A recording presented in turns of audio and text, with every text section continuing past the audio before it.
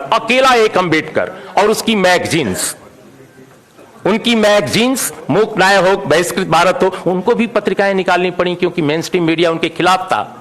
Main stream media में उनको जगह नहीं मिलती थी। एक ऐसे आदमी को मैं भी जानते हैं, अंबेडकर को बहुत बाद में पढ़ा, क्योंकि हिंदी क्षेत्र में मैं उत्तर प्रदेश से आता हूं, इलाहाबाद यूनिवर्सिटी में पढ़ता था। उन दिनों जेएनयू आने से पहले अंबेडकर मिलते ही नहीं थे, दिखते नहीं थे। दुनिया भर के लोग मिल जाते थे, अंबेडकर कभी नहीं मिलते थे किताब की दुकानों पर। लेकिन जब से अंबेडकर मैंने पढ़ा तो मुझे महसूस हुआ कि हिंदुस्तान की धरती पर अनोखा स्कॉलर, एक ऐसा स्कॉलर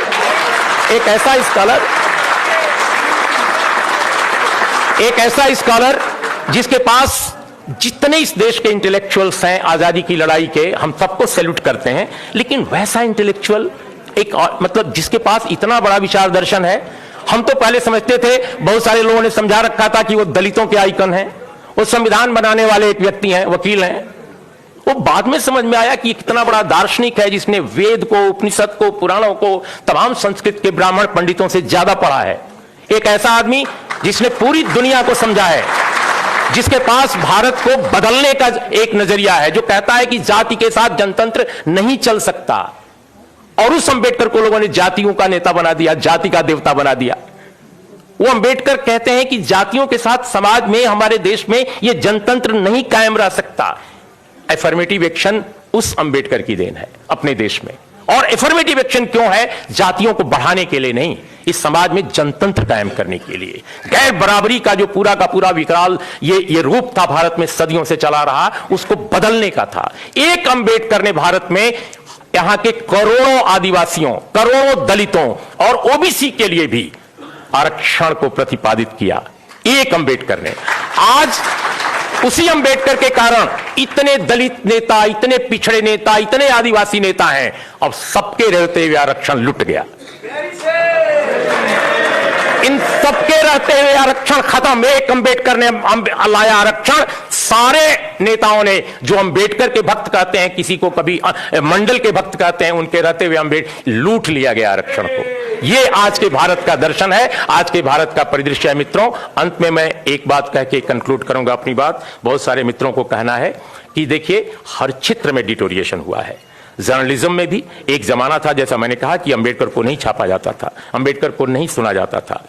लेकिन एक दौर ऐसा भी आया जब अपने समाज में गणेश शंकर विद्यार्थी जैसे पत्रकार थे। एक जमाना था जब प्रेमचंद जैसे लेखक और पत्रकार थे।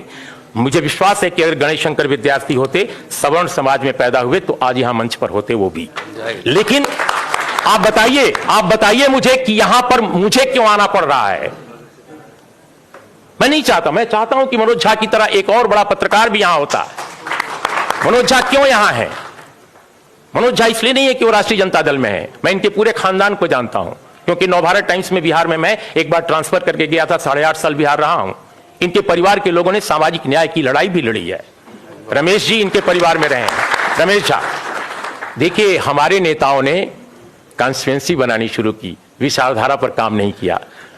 आज अगर तेजस्वी यादव की पार्टी के रघुवंश बाबू नाक बहुत सिकोड़ते हैं कि वैशाली के, चूंकि उनको चुनाव वहां लड़ना है, कि आरक्षण क्यों ऐसे, इस पर नहीं बोलना चाहिए था, इस पर ये स्टैंड लेना है, क्यों? हम साफ साफ आज बोलना चाहते हैं, कुछ बातें बिल्कुल कंक्लूड कर रहे हैं। इसलिए कि उनको डर है कि अपर कास्ट कोर्ट नहीं देगा। अरे भाई, अपर कास्ट को आपने समझाया ही नहीं, अपर कास्ट को आपने समझाया ही नहीं। अपर कास्ट को भी समझाने की जरूरत है, क्योंकि जिस तरह की संरचना बनाई गई है इस देश में हिंदुत्व द्वारा, हिंदुत्व फासिज्म द्वारा, वो न केवल माइनॉरिटी के खिलाफ है, न केवल दलित के खिलाफ है, न केवल ओबीसी के खिलाफ है, बल्कि अपर कास्ट के खिलाफ है। अपर कास्ट को उसने जहरीला, उसके दिमागों में जहर घोल रहे हैं, उसको मनुष्य होने से दूर कर रहे हैं, अमानवीय बना रहे हैं। एक ऐसे समाज की रचना कर रहे हैं ये लोग, जो समाज न केवल विभाजित है, बल्कि इस देश को खंड खंड कर देगा। तो हमारे नेताओं ने अंबेडकर डायलॉग करते थे, अंबेडकर विमर्श करते थे।